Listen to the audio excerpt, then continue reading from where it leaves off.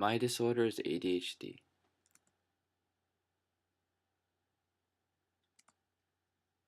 What is ADHD?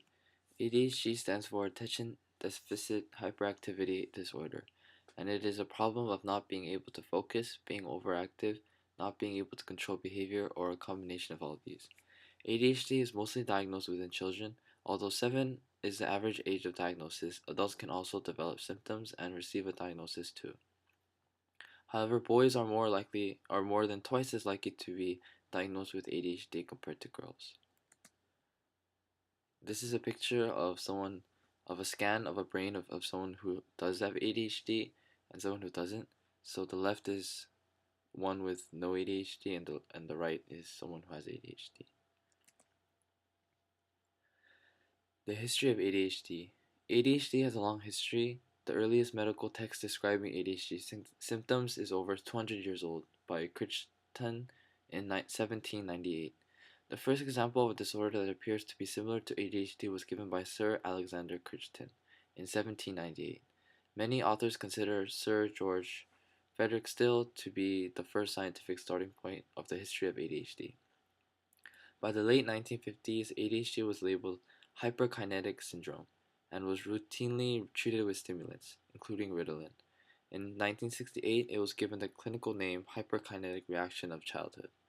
Throughout the 1960s and 70s, doctors came to understand that the disorder was not caused by poor parenting or bad behavior, but was in fact a biological condition that tended to run in families. The symptoms and behaviors of ADHD. Adults can also have ADHD. Up to half of adults diagnosed with the disorder had it when they were children. When ADHD is present in adulthood, symptoms may vary. For example, an adult may experience restlessness instead of hyperactivity. Also, adults with ADHD often have problems with interpersonal relationships and employment. There are three types of main symptoms, and the three main are inattention, hyperactivity, and impulsiveness. For inattention, it's pretty common when they can't pay attention in class or details and make careless mistakes. They also have trouble listening when spoken to directly. They also do not follow directions and fail to finish what they are told to. And they have trouble organizing activities and they avoid like wanting to do things that take a lot of mental effort. They also lose a lot of things and they are very forgetful in daily activities. This is just an example of inattention. The second one being hyperactivity. Most people with ADHD, they fidget with their hands or feet or they squirm in their seat. They get up from the seat when the remaining seat is expected. Also, they run or climb when it is not inappropriate. When it is not appropriate. Often has trouble playing or enjoying leisure activities quietly. Also, they are on the go or often act as if driven by a motor, and they talk excessively too. And this is kind of an example of being fidgety. Last one is impulsivity. They often blurt out answers before questions have even been finished, and they have trouble waiting for turns. They interrupt or intrude in conversation or games. Some symptoms that cause impairment were present before age 7 years. Some impairment from the symptoms is present in two or more settings, such as social, school, and or workplace. And this is kind of an example of impulsiveness.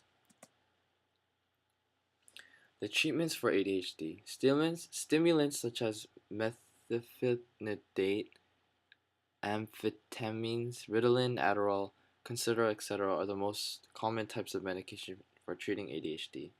There's no exact cure for ADHD as well. These types of medication for treating ADHD, they come in pill, capsule, liquid, or even skin pad. Not all medications or treatments may apply for everyone.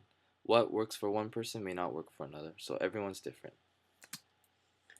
These are the most common side effects that are found in the majority of treatments for ADHD. Decreased diet, weight loss, sleep problems, jitterness, personality change or without motion, and also headaches. This is my case study for ADHD. It's about a girl named Georgia, and she's 10 years old, and she's diagnosed with ADHD.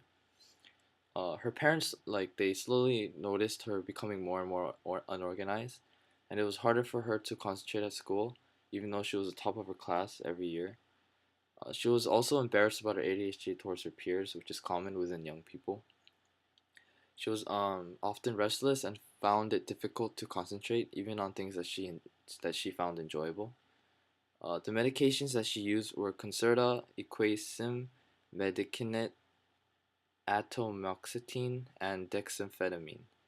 The medication made her drowsy and very energyless, not like her real self. After a while, Georgia continued to be reviewed for a span of 12 months by her pediatrician. And this is my bibliography, including the URL for the case study. Thank you.